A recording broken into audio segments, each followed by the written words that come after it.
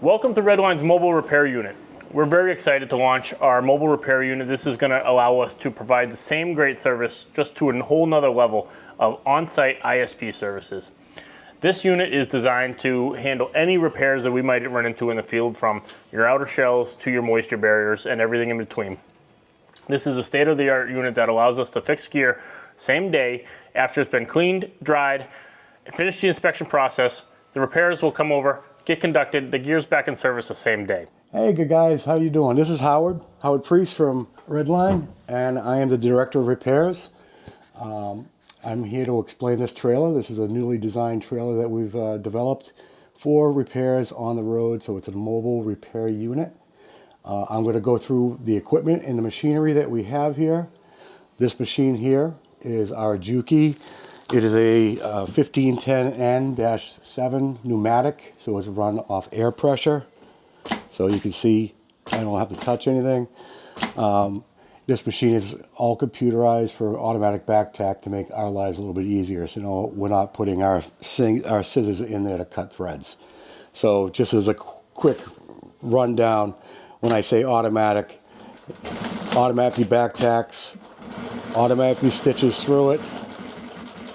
When I hit the heel, back tacks, cuts the thread, pull it right out. Best machine in the world.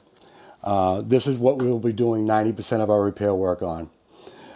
So this machine will get well used, lots of miles. On the next machine that we're going to be talking about, this is our SoPro long arm. This is a 441 PR, or the PRO Pro. This machine is specifically designed for heavier materials, like doing knee pads, thick knee pads with a foam padding underneath it, or doing our arms from the coats or the pant legs for doing trim going on circular rag.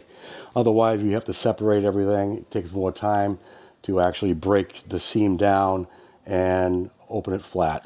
This gives us do a quick repair. We can do a knee pad. We can do the arm or the inside arm trim down by the wrist. Makes things a whole lot easier. This is a very heavy machine that will stitch upwards of an inch of material. So I don't care how thick the material is, this machine will go through it. Following through there, this trailer is equipped with its own compressor. So it'll have about a 20-gallon compressor on there, because you need that for the machine, and an air hose to blow dust and fibers off of. You'll also be equipped with a heating system. You'll have to excuse my wires here because I don't have it hitched up to the generator. But you have a heating system here with your full power unit that everything will be running off 110. Inside here is one of our storage units where we'll normally keep all of our equipment and tools and things that we need in this trailer. Our threads, our serging threads and tools, our snaps, all stainless steel, your snap tools, your air lines, machine oil, your shears, because you don't want to travel with the shears exposed on the tables. You don't want things bouncing around. So we keep everything inside, and all your threads will be in containers. So everything is mounted and bolted to the walls and to the floor. In the next container, which is probably going to be a more popular container, will be all your Velcro hook and loop, different sizes from 2" to 1" 1.5". You're going to have all of your letters ranging from 2" to 3", going from A to J, K through Z, and then all your numbers will be over there. Everything that you need to do a repair job is in this trailer, down to your rolls of trim for doing repair work on trim. If you have a burn, a tear, it's right there. And there'll be there's perforated, straight style, and then you have your diamond plate style. And when you're needing your materials, all your materials will be up on the wall, up on this rack here. This is just a few of the materials that we use that we need in everyday repair. We'll be making, I like to prep everything, make 2", 3", 4", upwards to 6" patches, where back again, once we make the patches, they'll go in here into a specific shelf where there is about 16 different bins. You can see I already have 2" Velcro put in there. I'm still stocking this trailer. The 2-inch Velcro is generally for belt loops. From that point, once we've got all that there, we have a good workstation on either side of myself. So when we get a jacket that needs repair work, like this jacket from Hyannis, Mass, I got to replace the Velcro on here. You can see how damaged it is. And the reason that happens is it's just back and forth, a lot of use, in and out. The thread does tear from the Velcro. So I got to remove all this Velcro, put that back on there, make sure all the pulls are put back in place. I like things looking factory when they go back, or as close to factory as possible. And before I even send anything out, I actually do another full inspection on the coat and find anything that might be wrong will get fixed. Over here, we'll have a portable Singer, a heavy-duty Singer surgeon machine.